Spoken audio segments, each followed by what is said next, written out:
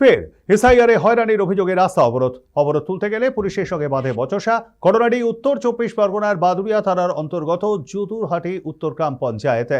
অভিযোগ, দীর্ঘদিন ধরেই এসআইআরের নামে সাধারণ মানুষদের হয়রানি করা হচ্ছে। এই কারণে জাতীয় সড়কে দীর্ঘক্ষণ ধরে বিক্ষোভ করে স্থানীয় বাসিন্দারা। শেষ পর্যন্ত অবরোধ তুলতে যায় বাদুড়িয়া থানার পুলিশ। বিক্ষোভ তুলতে গেলে পুলিশের সঙ্গে বচসা বেঁধে যায়। অবশেষে পুলিশের সঙ্গে আলোচনায় বিক্ষোভ তুলে নেন স্থানীয়রা।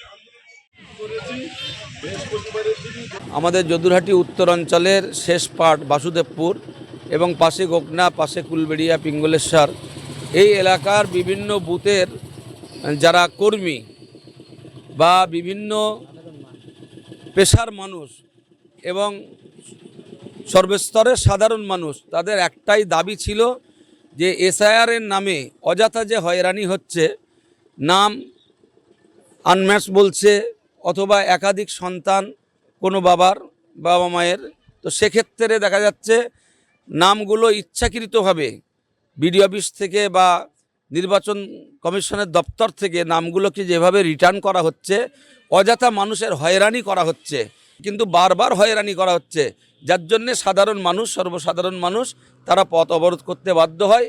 এবং আমাদের বাদুড়িয়া থানার পুলিশ প্রশাসন এখানে আসেন, বিশেষ করে মেজবাবু আসেন, তারা আমাদেরকে আশ্বস্ত করেন যে আমরা এটা প্রশাসনিক দিক দিয়ে আমরা আপনাদের সর্বতোভাবে পাশে আছি।